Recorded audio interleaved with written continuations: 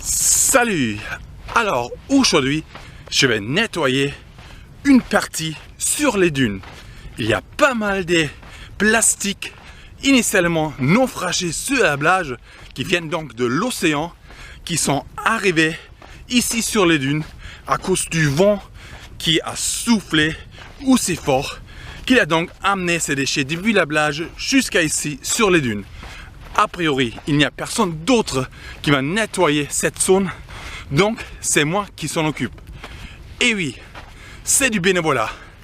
C'est du bénévolat pur, de la solidarité et de l'entraide pure, conforme à la solidarité mutualiste, à l'état sauvage de la nature. Vous avez un tout dernier vestige de cette solidarité mutualiste connue à l'état sauvage de la nature, c'est l'aide sociale. L'aide sociale qu'on attribue à les personnes les plus pauvres de la société, estimant que ces personnes sans activité ont malgré tout le droit de survivre. Or, Pôle emploi, qui est donc un pôle pour trouver du travail, se transforme en France Travail. En France, la nation, le nationalisme qui nous pousse au travail, et donc au travail obligatoire et forcé ou en plein emploi, comme dit le président. En même temps, c'est le RSA, l'aide sociale, qui se transforme en RSA conditionné, qui oblige désormais les bénéficiaires à 15 heures de travail par semaine. Il ne s'agit donc plus de solidarité qu'on attribue aux plus pauvres parce que on leur garantit la survie.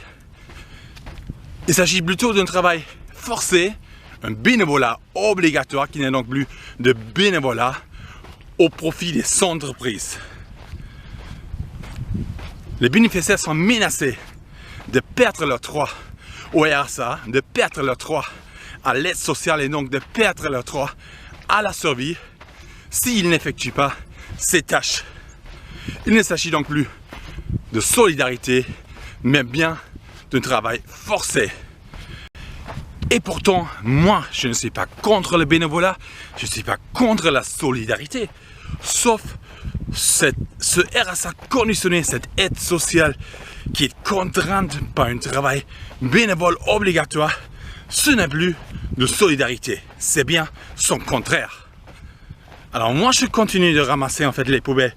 Je vais continuer de faire ce travail bénévole pour vous servir comme exemplaire.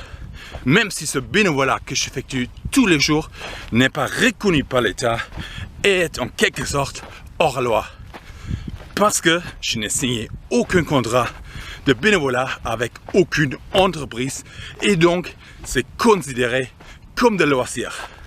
Mais c'est pas grave que c'est du loisir parce que moi j'ai ma conscience, mais ce n'est pas uniquement le bénévolat de l'éco-choker qui est non reconnu et hors la loi, mais en vérité c'est ce RSA conditionné qui est lui-même anticonstitutionnel puisque l'article 11 de la préambule de la Constitution dit que la collectivité doit garantir tous les moyens de survie à chacun qui est dans l'incapacité de travailler, que ce soit pour des raisons personnelles, mentales, psychiques, économiques aussi. Donc à partir du moment où quelqu'un ne trouve pas d'activité, la collectivité est obligée par la Constitution de se porter garant pour sa survie et donc de lui attribuer une aide sociale sans conditionner cette aide à des contreparties. Moi je m'en fous en fait de toutes ces considérations.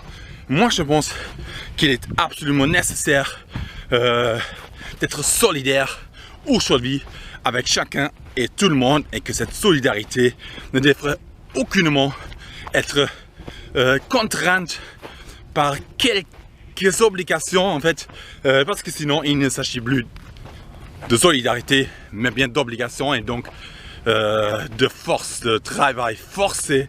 Moi, j'ai ma conscience et je pense que notre société devrait s'organiser de manière générale par la solidarité.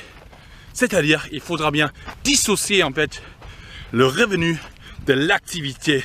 Il faudra que chacun a droit à un revenu solidaire et uniquement un revenu solidaire et que chaque activité se transforme en bénévolat généralisé.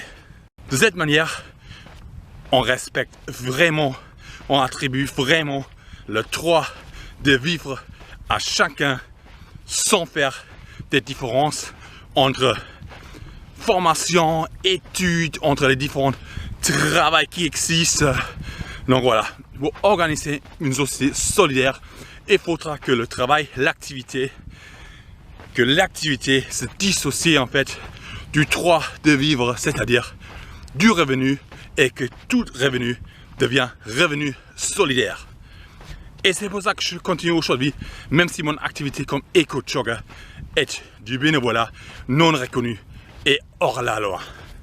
C'est parti pour aujourd'hui, on y va.